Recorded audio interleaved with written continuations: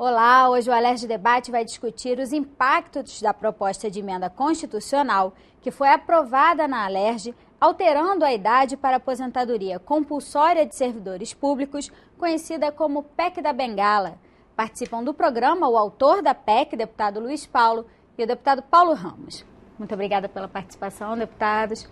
Deputado Luiz Paulo, eu vou começar com o senhor para a gente falar sobre por que era necessário apresentar uma PEC com esse teor. O que motivou o senhor? Bom, primeiro, que este é um tema recorrente no Congresso Nacional. Desde 2011, que já havia uma emenda constitucional propondo que a expulsória do funcionarismo público não fosse mais aos 70 anos, e sim aos 75 anos. Então, nesse momento, o Congresso Nacional já tinha aprovado esta emenda constitucional no Senado em 2 turnos e na Câmara Federal em 1 turno. Aí eu achei oportuno precipitar esta questão em uma segunda questão. A primeira questão é: o funcionário público estadual continua se aposentando aos 70 anos, mas se o assim desejar, pode fazê-lo aos 75, desde que isso regulamentado por uma lei complementar. E no ato das disposições transitórias, enquanto não veio a lei complementar citada no artigo 1º do funcionalismo público, os membros do Ministério Público, da Defensoria, do Tribunal de Contas e do Poder Judiciário já gozariam dessa prerrogativa de imediato. Para essas categorias não precisa da lei complementar. Já gozaria dessas prerrogativas de imediato. Que também é a mesma prerrogativa que está lá no Congresso Nacional. Só que tem que ir lá no Congresso Nacional, eles falam explicitamente em tribunais superiores e Tribunal de Contas da União. Então foi essa a intenção. E por quê? Porque eu acho que a idade esperada de vida no Brasil tem se alongado muito nos últimos anos. Hoje já está em 75 anos de idade. E o conceito de idade esperada de vida é como se fosse uma média entre os que morrem antes e os que morrem depois, né? E os que morrem depois estão se tornando cada vez em maior quantidade. E a gente vê no conjunto do funcionalismo público, não somente nos tribunais superiores, muita gente capacitada que é obrigada a ir para casa aos 70 anos. E achei que isso não é justo. Além do mais, nesse momento de crise, isso é muito bom para o sistema previdenciário do Estado, porque as pessoas podendo optativamente se aposentarem mais tarde, deixa o fundo de previdenciário de ser solicitado antecipadamente. Foi isso que me levou a apresentar a emenda constitucional. Deputado Paulo Ramos, o senhor na votação se manifestou contrário à votação da PEC. Queria que o senhor explicasse os motivos dessa opção. Primeiro que nós sabemos, né, que a expectativa de vida realmente vem, mas é média. Então, o deputado Luiz Paulo Corrêa da Rocha, que é o autor, por quem eu tenho todo o apreço e todo o respeito, uma vez me ensinou, numa audiência pública, a questão da média, né? É burra. Foi ele que me ensinou a questão da média. E eu aprendi. Então, todas as vezes em que eu estou diante de um debate, em que a média é utilizada, eu me lembro do exemplo da aula que ele deu numa audiência pública sobre os fazendários aqui. Bom, então eu tenho essa preocupação. Por outro lado, o servidor público, ele é muito exigido. Eu falo servidor público, não estou me referindo aos servidores que são os mais bem remunerados, que são os servidores dos tribunais, das carreiras jurídicas e do Tribunal de Contas. Esses são servidores, não estou nem falando da Defensoria, que ainda persegue uma equiparação. Então, o servidor é muito massacrado. Primeiro porque ele continua contribuindo, mesmo depois de aposentado, para o órgão previdenciário. Aliás, é uma grande reivindicação. O aposentado, que já pagou para a aposentadoria, já conquistou o direito à aposentadoria, ele continua descontando. É assim, é um absurdo muito grande. Muito grande. Por outro lado, tem sido prática nos governos, no momento de conceder algum direito para o servidor remuneratório, conceder como abono. E aí, não incorpora na aposentadoria. Isso cria uma situação em que servidores, às vezes até adoecidos, continuam trabalhando, além de oferecer oportunidade de assédio, de constrangimento ao servidor, para que ele permaneça trabalhando. E o senhor acha que pode haver esses casos de constrangimento, mesmo sendo uma questão opcional, como o deputado Luiz Paulo falou, deles poderem ou não se aposentarem aos 70 anos? Eu tenho certeza absoluta de que vai acontecer, mas tem também um constrangimento subjetivo. Não incorpora determinados benefícios para a aposentadoria, aí o servidor completa 70 anos, mas ele recebe um abono. Ele fica agarrado àquele abono o tempo que puder, quando o correto é sempre ter planos de cargos, carreiras e salários. A figura do abono é uma excrescência. Então nós temos situações, as mais diversas, penalizando o servidor, até considerando, né, que eu conheço poucos servidores que passam dos 70 anos em atividade. Deputado Luiz Paulo, uma das alegações contra a PEC é em relação à renovação, por exemplo, nos tribunais de contas, entre os magistrados, principalmente nesses cargos de uma posição mais significativa, desembargadores. Algumas pessoas estão falando sobre a importância dessa renovação também.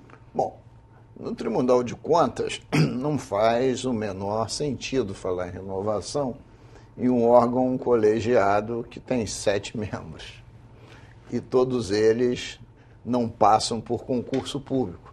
Ou são indicados pelo Poder Legislativo, ou são indicados pelo Poder Executivo, ou vêm do Ministério Público do Tribunal de Contas. Então não faz o menor sentido se estar falando em renovação. Faz sentido se falar quando conversamos sobre desembargadores e juízes, promotores e procuradores de justiça, né? E até os defensores de primeira, os defensores de terceira classe, não é primeira e terceira com qualidade não, por tempo de serviço. Isto é uma verdade, claro.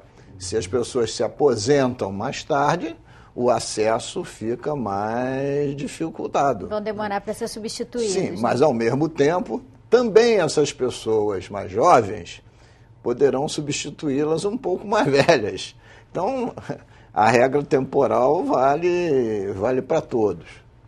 E tanto essa questão é pertinente que ainda na semana passada o Parlamento votou o acesso de tenente-coronel para coronel. Tenente-coronel do Corpo de Bombeiros, ele tinha que, se não fosse promovido a coronel, ir para casa com 28 anos. Então, se votou para que ele fosse para casa com 30. Por quê? Porque também faz sentido exatamente se viver mais, e um tenente-coronel às vezes ia para casa com 48 anos, né? E hoje está vivendo até os 75. Os tempos mudaram, as pessoas podem viver mais e viver com mais qualidade. Claro, o que o deputado Paulo Ramos levanta é verdadeiro. O massacre que se faz com funcionário público, estadual, muitas vezes as diversas categorias, em vez de ter reajuste, tem abono, e abono o aposentado não leva para casa. Isso tudo é verdadeiro. Mas tem muito funcionário público que deseja, até por condições mesmo existenciais, de se sentir útil, etc., de querer trabalhar até mais tarde, porque gozam naquele momento histórico de boa saúde. E volto a dizer, se eles podem, tendo o tempo de serviço, ir embora para casa com 70, ir para casa com 75 é uma escolha. Então vamos deixar as pessoas escolherem. Questão do Tribunal de Contas. É duro saber que nós temos conselheiros que ingressam, às vezes, com 35 anos, como conselheiros do Tribunal de Contas, e vão ficar até 75. Pô. Eu, pessoalmente, entendo que o Tribunal de Contas não deveria ser submetido a indicações políticas fora dos quadros de funcionários. Deveria ser indicação, escolha, tudo, mas não de pessoas funcionários de carreira, né? Aos quadros. Sempre alguém da própria carreira. Porque é duro perceber, e nós temos, não quero estar aqui citando nomes, no meu caso, conselheiro que ingressa na idade mínima possível e vai permanecer até 75 anos. E aí com questionamento até da bagagem de vida, de experiência para julgar casos relevantes. E né? A questão nas demais outras carreiras jurídicas, na magistratura, no Ministério Público, porque em relação a eles, imediatamente haver essa concessão, não dependendo de regulamentação. Porque, na verdade, a reivindicação vem dali. Aliás, a reivindicação vem exatamente daqueles que têm uma qualidade de vida muito melhor. Deveriam ter um outro compromisso com a felicidade. Porque não é verdade a afirmação, não é verdadeira a afirmação de que só o trabalho eleva e dignifica o homem. A imagem bíblica do paraíso é aquele lugar que ninguém faz nada. Ali é o paraíso. Eu não posso imaginar. É o ócio criativo, né? Eu não posso imaginar como alguém bem formado, com qualificações as mais diversas, que chegue aos 70 anos e ainda não esteja profissionalmente realizado e que não queira aproveitar a vida. Mas tem algumas pessoas que são viciadas em trabalhar, né? Eu acredito que deveria buscar e mais. E essas, retirando os tribunais de contas, essas carreiras que são vistas como privilegiadas, elas oferecem outras alternativas de trabalho, pô. Tanto que pode acumular com o magistério, porque uma dedicação apenas no serviço público. Por que eles não aproveitam essa excelência alcançada, deixando o fluxo de carreira seguir naturalmente, eles buscando outras atividades? E mais, e aí foi uma coisa que eu percebi quando fizemos aqui a CPI das universidades particulares. O grande número de promotores, procuradores, magistrados, que são professores nas universidades particulares. Cheguei até a incluir no relatório da CPI uma vedação, que eles também julgam ações movidas contra as instituições. Uhum. Eles não deveriam. Mas vão se sentir impedidos. Eu acho que não deveriam. Até porque, nesse caso específico, já que tem direito a acumular no serviço público, eles não deveriam estar ocupando postos de trabalho na iniciativa privada. Mas são tão privilegiados que podem tudo. Bom, gente, preciso fazer um pequeno intervalo. A gente retoma falando sobre esse assunto no próximo bloco. É só um minutinho, a gente volta já já.